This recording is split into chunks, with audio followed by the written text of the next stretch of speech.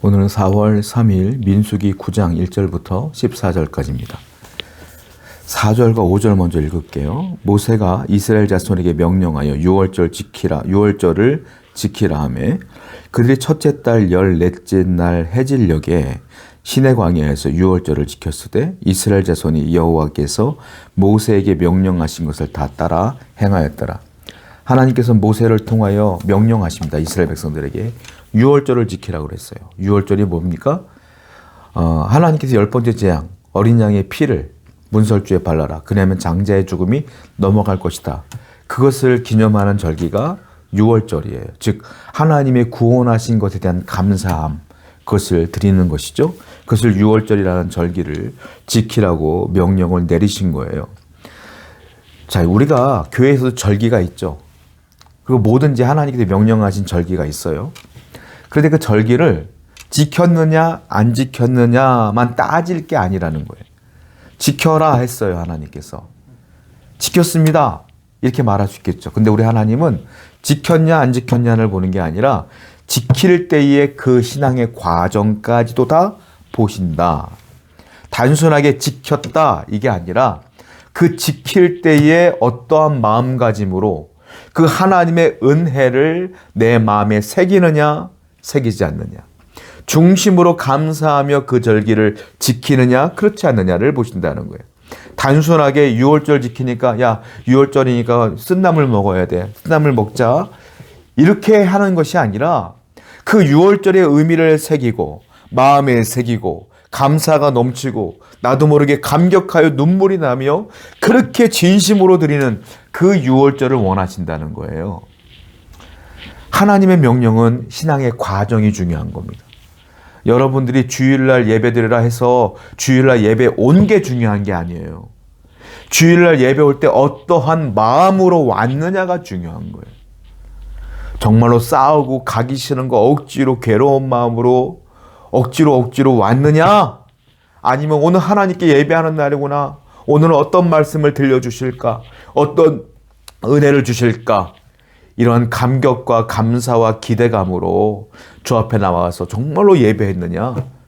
그 예배는 똑같은 장소에 똑같은 시간에 앉아있지만 그 두 사람의 마음에 따라서 하나님이 받으시는 예배는 천지 차이다라는 그 얘기예요.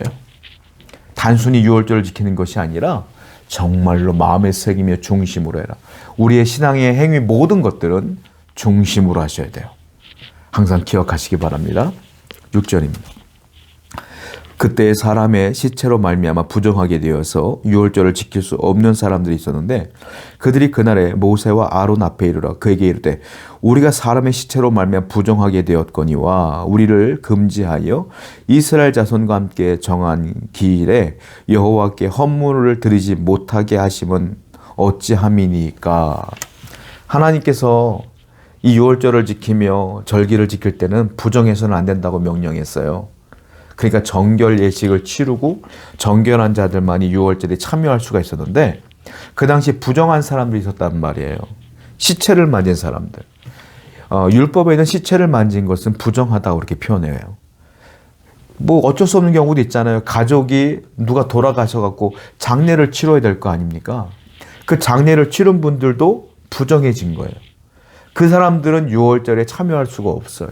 모세와 아론이 막았어요. 못하게 했어요. 그러니까 이 사람들은 하나님께 예배하고 싶은 거예요. 헌물도 드리고 헌금도 드리고 헌신도 하고 유월절 드리고 싶어요. 마음은 뜨거워요. 그런데 어쩔 수 없는 상황 가운데 부정해진 상황이잖아요. 그러니까 어쩔 수 없으니까 이 사람들이 모세를 찾아왔어요. 아론을 찾아왔어요. 어떻게 해야 될까요? 우리도 정말로 하나님께 이 감사함으로 나아가고 싶어요. 어떻게 하면 좋겠어요? 이렇게 문의하는 걸 보게 되죠. 대단한 겁니다. 뭘까요? 내가 지금 부정해진 상태로 하나님께 나갈 수 없는 상태이지만 그래도 예배하고 싶은 거예요. 그래도 헌신하고 싶은 거예요. 그래도 헌물을 드리고 싶은 거예요. 너무 감사하니까. 신앙의 열정, 다른 말로 신앙의 갈망, 간절함이 있어요. 간절함이 있으니까 모세를 찾아왔고 좀 해결해 달라고 부탁하는 장면이에요. 여러분 인생을 살다 보면 수많은 문제가 있죠. 어려움이 있어요. 그 어려움을 헤쳐나가기 위해서는 뭐가 필요한지 아십니까? 하나님을 향한 갈망, 간절함이 필요해요. 그 간절함이 문제 해결의 열쇠입니다. 내가 아무리 어려운 문제가 있어도 하나님을 향한 간절함이 있으면 기도하고요. 간절함이 있기 때문에 예배를 찾아오고요. 간절함이 있기 때문에 찬양합니다. 그러면 하나님은 우리의 간절함을 들으셔서 그 문제를 해결해 주신다. 그러므로 문제 해결의 열쇠는 하나님을 향한 갈망이에요.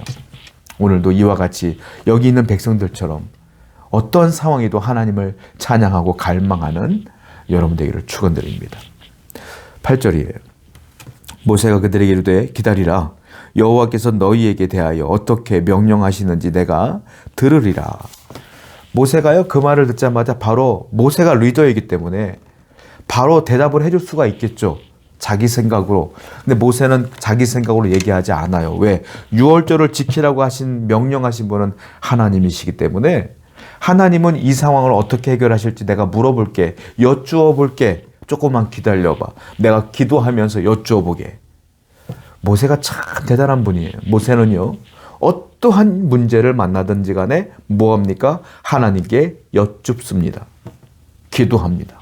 물어봅니다. 의뢰합니다. 하나님께 여쭙는다는 건 뭐냐면 나를 신뢰하는 것이 아니라 하나님을 신뢰하는 거예요. 내 머리와 내 경험과 내 권위와 내 권세와 내 리더십을 의지하는 것이 아니라 하나님의 권위와 권세와 지혜가 더 뛰어납니다 라고 그분을 신뢰하는 거예요. 신뢰하기 때문에 여쭙는 거예요. 하나님을 신뢰하는 자가 기도하는 거예요. 큰일 작은 일 할 거 없이 어떤 일을 만나든지 간에 하나님께 기도하는 자는 하나님을 신뢰하는 자예요. 그런데 기도하지 않고 내 마음대로 결정하는 분들은 하나님을 신뢰하지 않는다는 거예요. 성도 여러분, 모세처럼 하나님께 여쭙는 신앙이 되기를 축원드립니다. 10절입니다. 이스라엘 자손에게 말하여 이르라. 너희나 너희 후손 중에 시체로 말미암아 부정하게 되든지 먼 여행 중에 있다 할지라도 다 여호와 앞에 마땅히 유월절을 지키되 둘째 달 14째 날 해질 때에 그것을 지켜서 어린 양의 무교병과 쓴 나물을 아울러 먹을 것이요. 여기 보면 하나님께서 그 부정하게 된 사람들, 시체를 만진 사람들, 또한 오랜 여행을 다녀온 사람들, 오랜 여행을 다녀온 사람들도 부정해질 수밖에 없는 상황에 있죠. 왜냐하면 거룩해질 수 없고 정결해질 수 없고 여행하다 보면은 뭐 만져서 안 될 것도 봐서도 안 되는 것들을 볼 수도 있잖아요. 그런 사람들도 다 부정해진 거예요. 그러니까 그런 분들은 어떻게 되느냐 하면 6월절은 첫째 달 14일, 그러니까 1월 14일이 6월절이에요. 유대력으로. 그런데 그 사람들은 한 달 동안 정결해져야 돼. 그러니까 그 사람들은 언제 6월절을 지키냐면 둘째 달 14일, 2월 14일, 즉 한 달 뒤에 6월절을 지켜라. 6월절을 지키지 말라가 아니에요. 한 달 뒤에 정결 예식을 치르고 정결해진 뒤에 6월절을 치러라. 이 말이에요. 자, 두 가지를 볼 수 있는데 하나님은 하나님께 나오는 사람들의 그 거룩성을 중요하게 여긴다는 거예요. 또 하나. 아무리 그들이 시체를 만지는 부정해진 사람일지라도 시간을 들여서 반드시 6월절을 지켜야 된다는 것. 하나님의 절기는 반드시 지켜야 된다는 것. 예배는 반드시 해야 된다는 것. 하나님의 감사를 반드시 해야 된다는 것. 두 가지를 다 본다는 것. 하나님은 하나님께 나오는 것, 하나님께 해야 될 것들을 안 하는 것에 대해 눈 감아주지 않는다라는 겁니다. 반드시 하셔야 돼요. 반드시 예배해야 되고 반드시 묵상해야 되며 반드시 사명을 감당해야 되고 반드시 하나님의 은혜 가운데 나가야 된다. 신앙의 행위를 반드시 해내야 된다. 이게 굉장히 중요한 부분이다라는 거예요. 그러니까 이게 뭡니까? 우선순위의 문제예요. 항상 우선순위에 하나님이 있느냐 없느냐. 하나님의 우선순위에 없으면 해도 그만 안 해도 그만이지만 항상 하나님의 우선순위에 있으면 반드시 해야 되잖아요.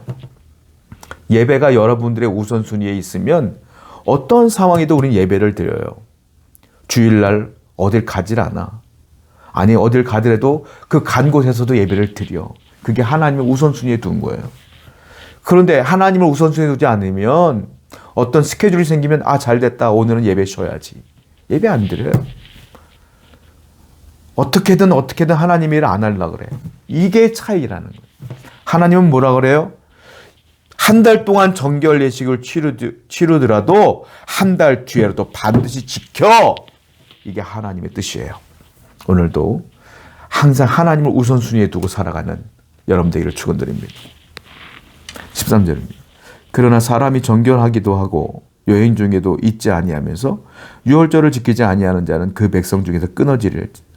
이런 사람은 그 정한 기일에 여호와께 헌물을 드리지 아니하였은즉 그의 죄를 담당할지며 만일 타국이니 너희 중에 거류하여 여호와 앞에 유월절을 지키고자 하면 유월절 율례대로 그 규례를 따라서 행할지니 거류민에게나 본토인에게나 율례를 동일하게 할 것이니라.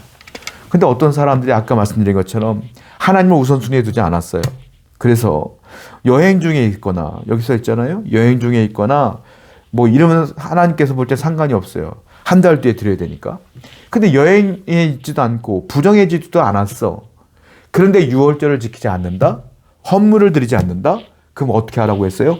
유대 공동체에서 끊어질지니. 무서운 말씀이에요. 끊어버리겠다. 단절이에요. 단절. 하나님과 우리와의 단절이. 하나님과 우리와의 단절은 뭡니까? 죽음이죠. 끝이에요. 얼마나 무서운지 몰라요. 그러니까 항상 여러분들 기억하셔야 될 것은 항상 하나님을 우선순위에 두셔야 돼요. 신앙생활을 우선순위에 두셔야 돼요. 항상. 그래야만 돼요. 그래야만 살아요. 그래야만 하나님의 은혜를 받고 살아요. 오늘도 우선순위를 잘 정하시는 여러분 되기를 축원드립니다. 기도하겠어요. 하나님, 유월절을 지킬 수 있는 성도가 되게 하시고 그 유월절을 단순히 지키는 것으로 끝나는 것이 아니라 우리 마음에 잘 새겨서 중심으로 신앙의 과정 가운데 하나님께 나아가는 모든 성도 되게 해 주옵소서. 예수님의 이름으로 기도드렸습니다. 아멘.